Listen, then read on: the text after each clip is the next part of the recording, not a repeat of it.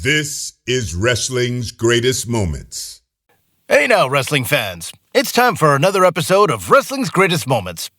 During the Territory era, there were several prominent world championships, but none as prestigious as the National Wrestling Alliance's World Heavyweight Championship. Sit back as Wrestling's Greatest Moments looks at the history of the NWA World Heavyweight Championship from 1970 to 1974. Before we get started though, don't forget to subscribe to our channel and hit that notification bell so you don't miss out on a single video. Wrestling's crown jewel. The NWA World Heavyweight Championship's origin is partly due to the many world titles that have crowded the wrestling landscape.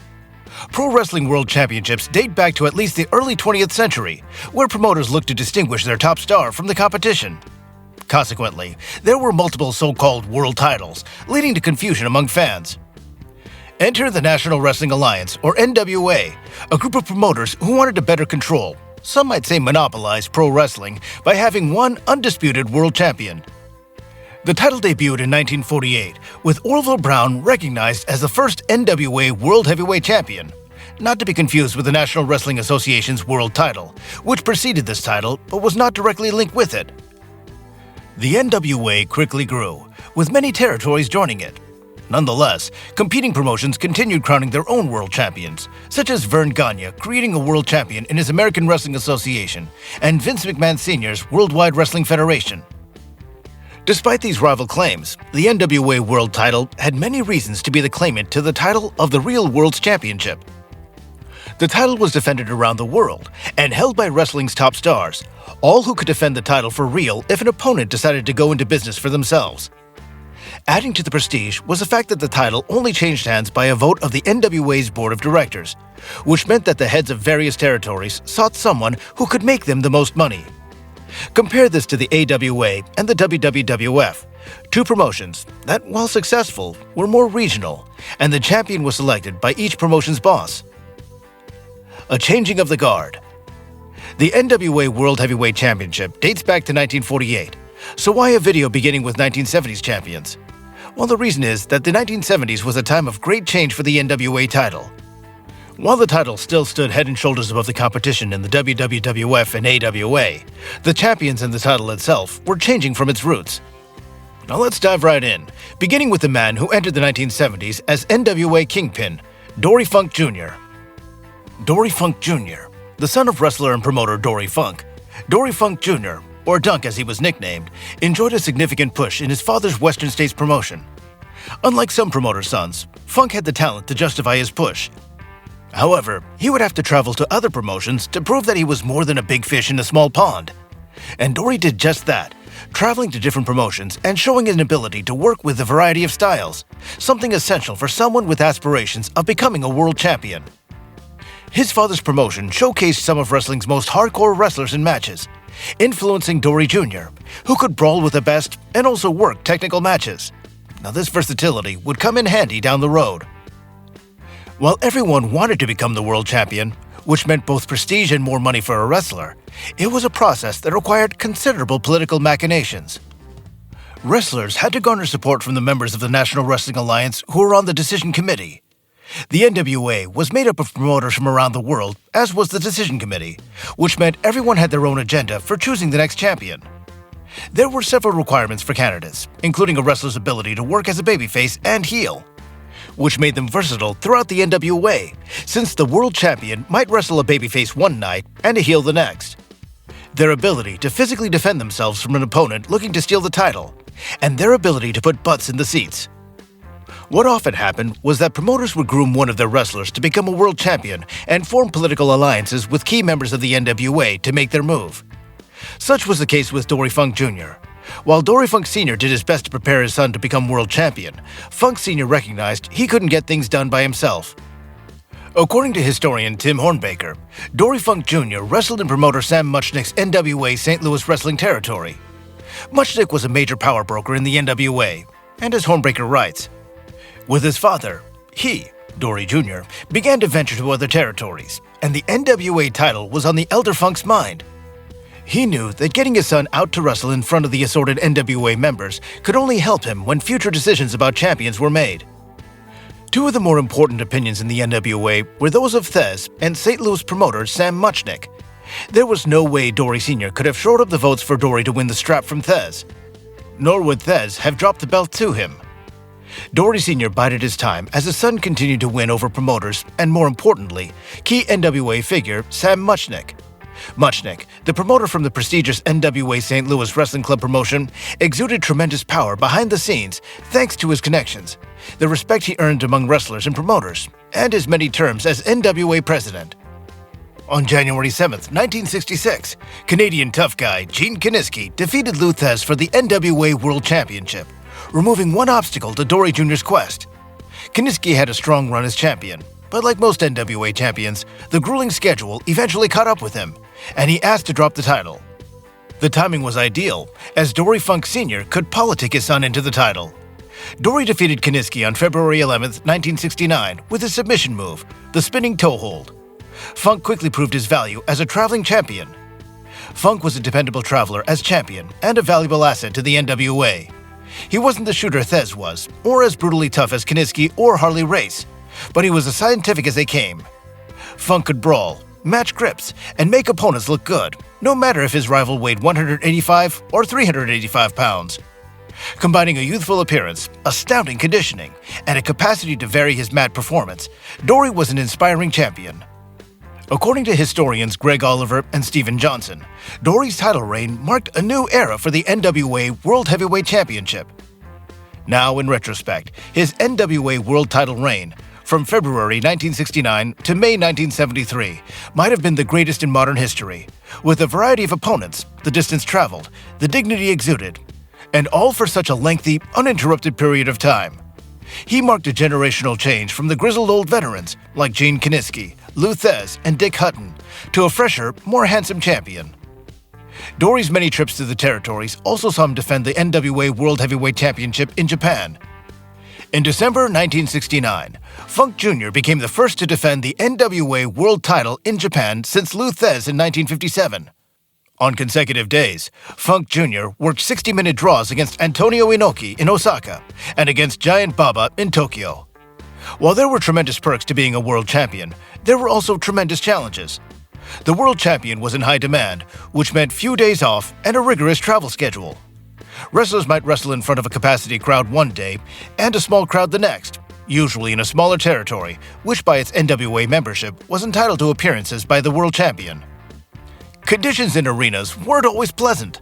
As Dory Funk recalls in his memoir, he was booked to wrestle Giant Baba in Osaka, Japan on July 30th, 1970, and faced hellacious conditions. There was no air conditioning, the temperature in the building was 105 degrees Fahrenheit, and in the ring under the TV lights it was extremely hot.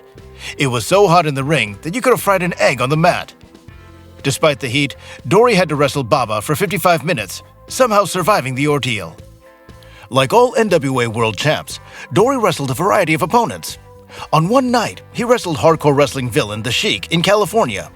Then he had to travel to Texas a few days later to battle Rufus R. Jones. 2 days later, he'd wrestled Technical Maestro and former NWA World Champion Lou Thesz. Such was Dory's schedule in early October 1969. One of Dory Jr.'s most persistent rivals was Collegiate star Jack Brisco.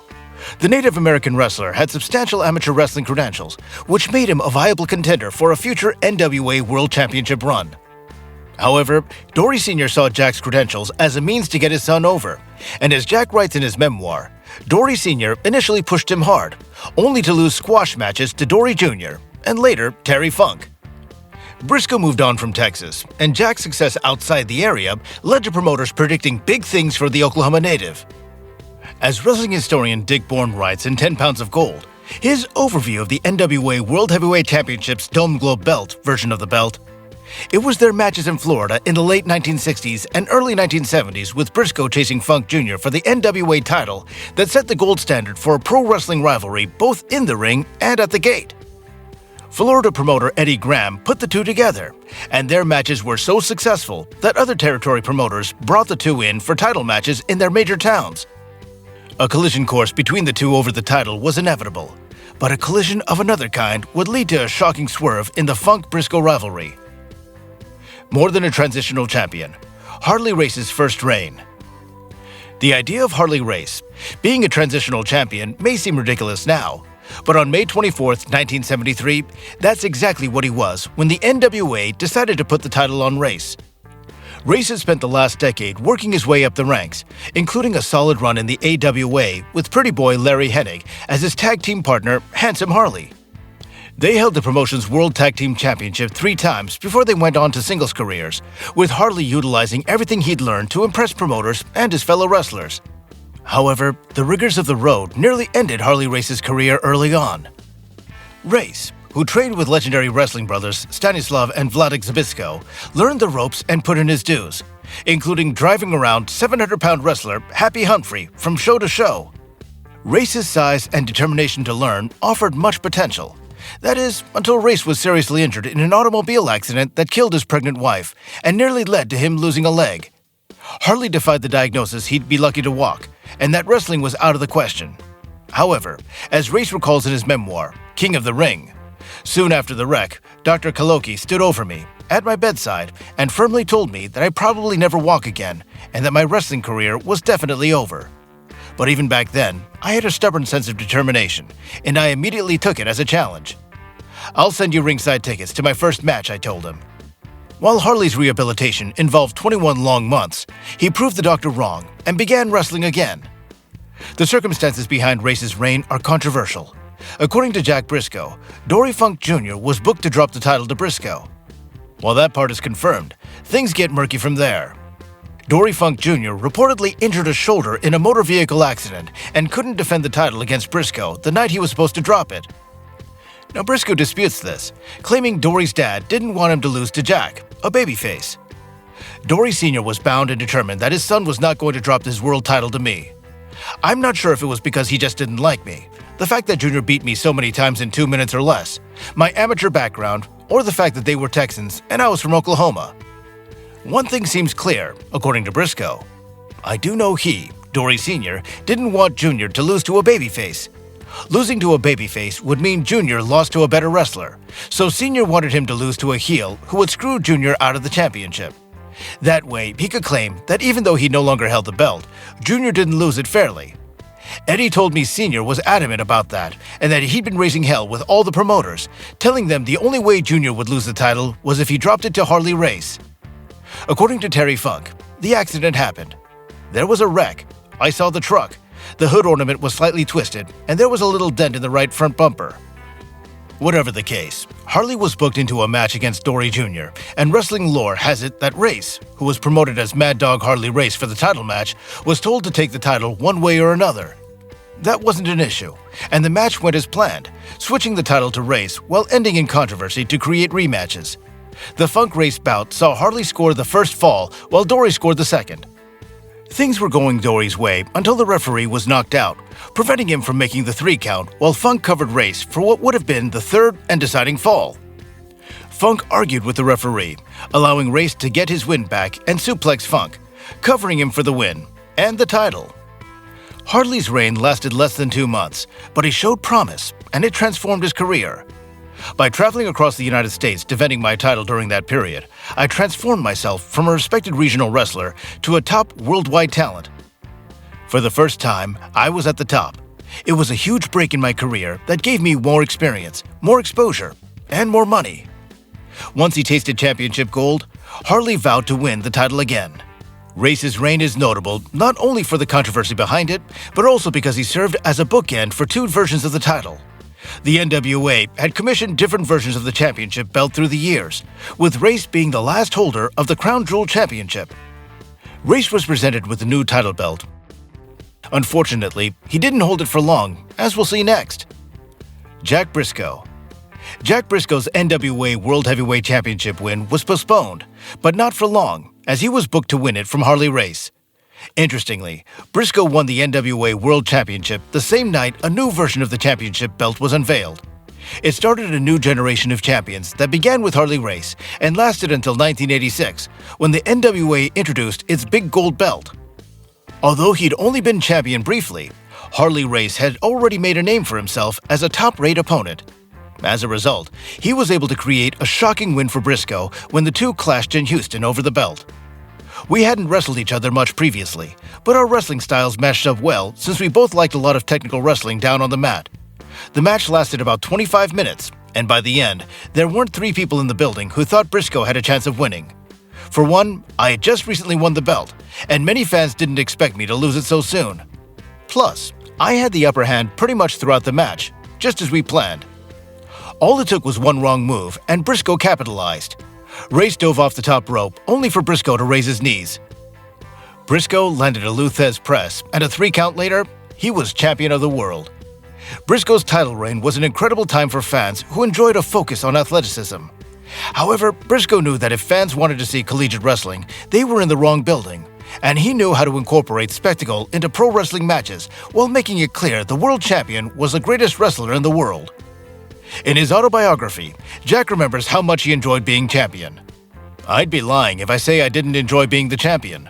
The benefits more than made up for whatever drawbacks came along with the belt. Travel was extensive and tiring at times, but the payoffs were more money than I ever had thought of making in my life."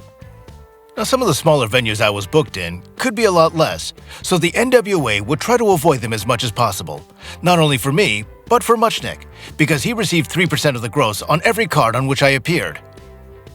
The champ received 10% of the gross whenever he worked a show, which could be a nice chunk of change, assuming a promoter didn't lie about the box office, a situation that unfortunately happened too much. This sometimes led to battles about where the NWA title would be defended.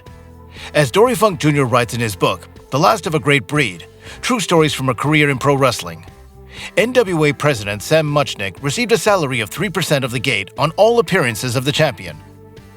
President Muchnick would rather book the champion in St. Louis with a guaranteed gate of 12,000 people than Abilene, where attendance could not compare with St. Louis. More money for Mr. Muchnick.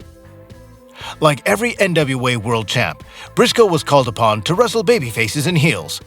Brisco, who excelled as a babyface, would have to work as a heel when he faced babyface opponents in territories. According to the book, The Pro Wrestling Hall of Fame, Heroes and Icons, Jack would work as a so-called subtle heel. Fans would see this years later when he and brother Jerry Brisco worked as heels in Jim Crockett Promotions, betraying fellow babyfaces Jay Youngblood and Ricky Steamboat in their quest for the NWA World Tag Team Championship.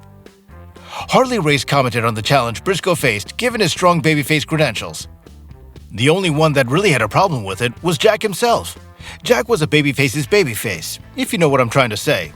He just looked so good, and he made so many babyface moves during a match that when they were trying to force him to be a heel, he was such a good babyface that it was hard to do. Like his mentor and idol Lou Thez, Jack was no fan of gimmick wrestlers. Nevertheless, wrestling them came with the role of champion, and as much as he disliked it, he had to make the best of things when he wrestled wild men like the Sheik or brawlers like Dick the Bruiser. While Brisco had to wrestle opponents who didn't rate as la creme de la creme, he did have some fantastic programs during his first reign. Dick Bourne notes in 10 Pounds of Gold, he had memorable title defenses against great names such as Wahoo McDaniel, Paul Jones, and Johnny Valentine, as well as former champions Harley Race and arch nemesis Dory Funk Jr., and dozens of others. As world champion, Brisco always faced the risk of an opponent trying to surprise them and flip the match's outcome, defeating Brisco and becoming champion. Given Brisco's tremendous amateur skills and experience as a pro, that was unlikely to happen. However, he occasionally found himself challenged by wrestlers hoping to make themselves look good by making Brisco look bad. As Brisco tells it, the reason they would do that was simple. They wanted to make themselves look good in front of their hometown crowd, the promoter, or their wife or girlfriend. They thought they could get over by embarrassing the champion. Unfortunately for them, the results were never what they had hoped for. Whenever one of my opponents got cute, I would stretch them. I would clamp on a hold that caused them a great deal of pain. Usually, it only took a couple of seconds to get their attention. I never took it to the extreme, but it didn't take long for them to remember who the champion was and why. Jack's career would see him face opponents from around the world, the same as previous champions. However, Brisco would buck the system when he decided to drop the title to someone of his own choosing rather than the NWA's. Renting the NWA crown. Giant Baba's reign. Giant Baba's NWA title reign is a striking tale of the NWA World Heavyweight Championship's prestige. On one hand, Japanese promoter Giant Baba was dead set on negotiating a title reign to add to his prestige as a wrestler. Conversely, the title lost some of its prestige thanks to champion Jack Brisco essentially renting the title to Baba.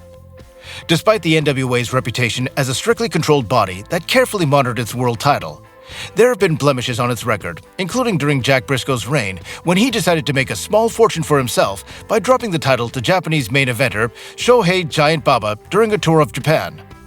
Giant Baba, who originally played professional baseball for the Yomiuri Giants, was now the owner of All Japan Pro Wrestling, a promotion he had founded after leaving the Japan Pro Wrestling Alliance, JWA, in 1972. Baba, like any wrestler, wanted a world title to put on his resume, and as one of his promotion's top stars, he knew the value it would add to himself, making Baba the first Japanese wrestler to hold the NWA's top prize. Equally important, the world title win could help distinguish Baba's promotion from rival promoter Antonio Inoki's New Japan Pro Wrestling organization.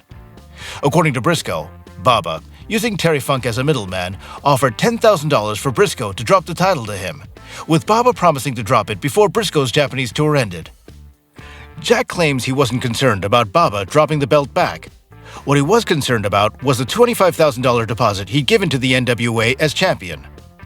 The deposit was the NWA's way of making sure Brisco dropped the belt when they asked to. Brisco knew he risked losing the deposit, and Baba's $10,000 wouldn't come close to making up for things. Undeterred, Brisco made a counteroffer. "Listen, Terry, I'll do it for $25,000, but only if Sam gives me the okay. I also want $2,000 a day for every day I'm in Japan, whether I'm working or not, and $8,000 for each match with Baba.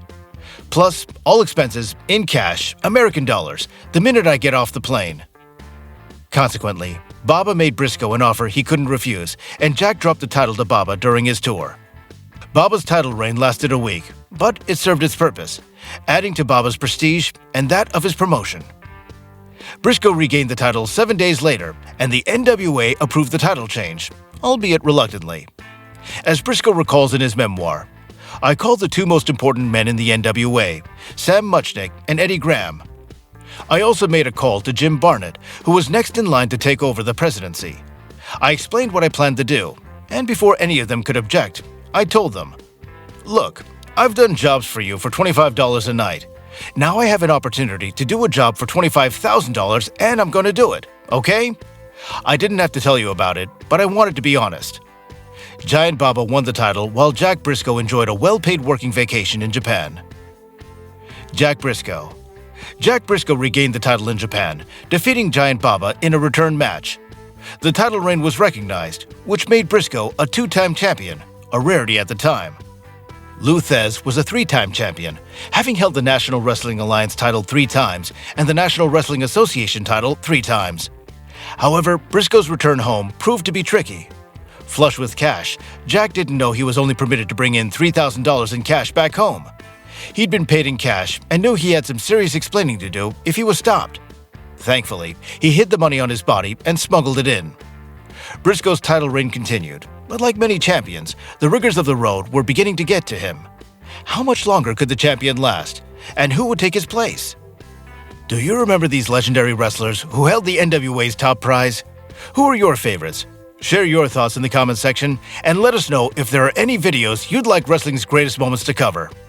In the meantime, subscribe to our channel, follow us on X and Instagram, and spread the good news about wrestling's greatest moments, the channel that celebrates the squared circle.